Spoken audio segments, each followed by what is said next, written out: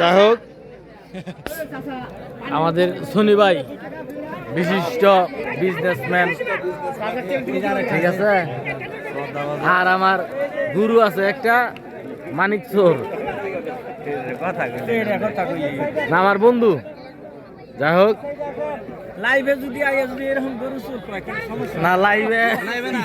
গুরু গুরু গুরু কইছি, তার লাস্টে চোর কইছে। গুরু চরণ কইছে ওটা, গুরু চরণ করে। যাই হোক, বন্ধু বান্ধব নিয়ে সব খাওয়া দাওয়া শুরু করলাম, শুরু করবো ইনশাল্লাহ।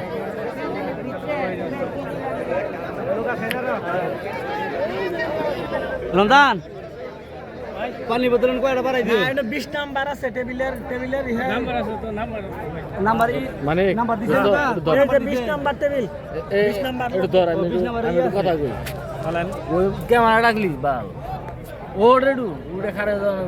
কি কমু ক কি কমু না এগুলো দুই সেটা কথা বলেন দুইটার কথা বল না তো, না বলেন আপনি তো বয়োজ্যেষ্ঠ একটু কথা বলেন কথা বলেন। খালি পানি খাইলে হবে বলেন কি একটু বলবো? এত ফ্রেশ সামনে রাখো না, একটু কে মুখেই তুলে দেই খালি তালি তো এ তো Mominpur Iqbal agro feed limited আজকে আমাদের এই পোলট্রি শিল্প ব্যবসায়ী মিলন মেলা এবং মধ্যভোজের আয়োজনে হ্যাঁ মধ্যবোস আয়োজনে হ্যাঁ খামারিদের নিয়ে মিলন মেলা। ফারুক ভাই কিছু বলেন। আমি ভাই কি কমু, আমার বড় ভাই অলরেডি করে ফেলাইছে, ঠিক আছে। ইকবাল ফিট আসলেও ভালো মানের একটা ফিট, ঠিক আছে।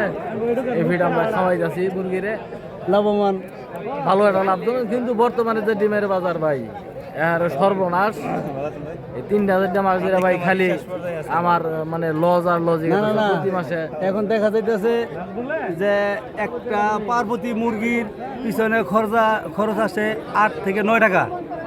এখন বাজার মূল্যভাবে ডিম বিক্রি করে লাগে 8 টাকা 9 টাকা।